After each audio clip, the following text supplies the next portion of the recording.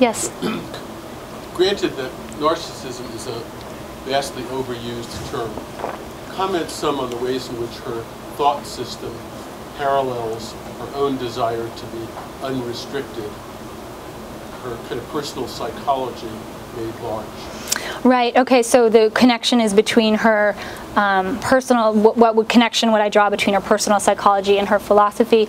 Well, one thing, Rand always identified herself as an individualist and always felt who I am is distinct from who my family is, who my country is, and she felt this even from a very young age, according to her own recollection. So even if she wasn't aware of it, it became something she was very invested in herself as only as an individual.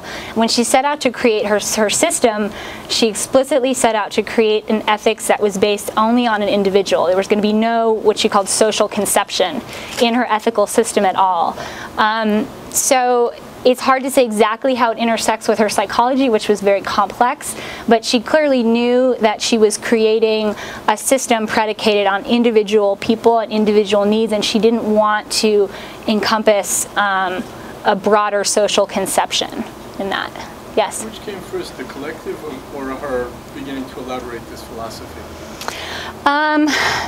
The collective played an important role because it gave her a ready audience, and they really helped her in this creative process. And when she was in the most intense part of writing, she had a community that she could, take a break from writing and receive them. But before the collective, she was developing her ideas, and she was always tutoring other people in those ideas. So even before they came along in the early 50s, she was meeting students and would always be telling them this is my philosophy and sort of educating them. So.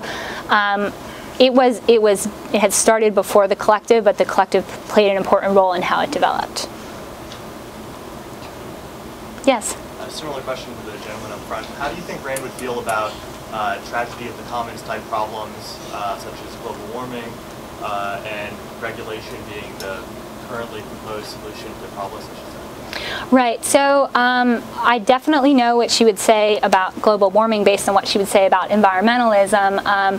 She tended to view environmentalism as, she tended to ignore the surface discussion of pollution or environmental problems and focus instead on what she thought was their anti-capitalist, anti-regulatory mentality. So, in her idea, the environmental movement was trying to drag us back to a primitive state of nature, and technology, she absolutely celebrated technological achievement and any innovation that would go forward. What she would say about environmental problems, based on what libertarian arguments growing out of her thought, a lot of people say litigation is the way to solve these problems. If you've been injured, if there's an externality that's affected you, the way to take care of that is to litigate rather than regulate. So she would probably say something along those lines.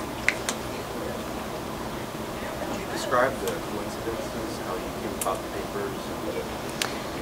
Yeah, so question is about how I came about the papers, what I based my research on. So the Ayn Rand archive has been developing over the past 10 years or so, and it had just sort of organized itself when I decided to do this project. So one of the first steps when I was thinking about my dissertation was, where are her papers? This is what I would have done with any project. So I wrote to them, I said, can I come? And they said, yes, you may. So they allowed me in. They have not allowed in all authors who've been interested in Ayn Rand, and they are currently doing some digitization projects, so they're not fully open, but they've been letting people in fairly regularly. I feel really lucky to have gotten in there and seen the material before it's been fully worked over. It's an extensive collection. It really gives you some great perspective on her published material. So I happened to be in the right time at the right place, and it really paid off. Oh yes, one more.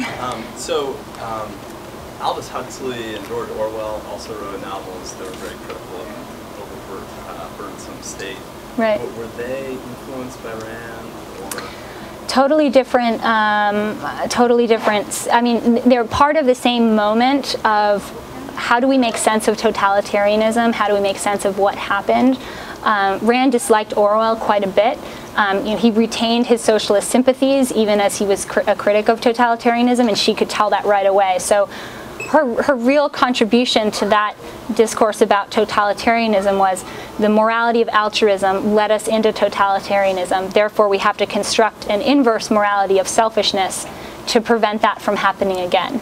And so that's a very unique perspective that most other critics of totalitarianism would say, we don't need to, change our moral system entirely. We just need to be really careful about the types of governments we create. So. Do you think it's unusual for someone that intellectual to be the only word I can use is hard-headed about the way she thought? It's unusual for someone, an intellectual, to be unchanging. I mean, Rand does define an end of the spectrum of being very consistent and valuing consistency, and again, explicitly saying I value consistency and I don't like change. Although, as I show in the book, there's a lot more development and change in her thought than perhaps she even understood.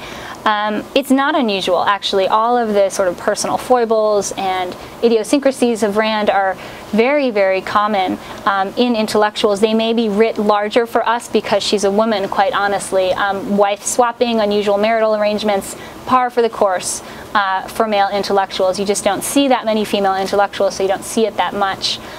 So I think some of that just looks more unusual to us because she's a woman.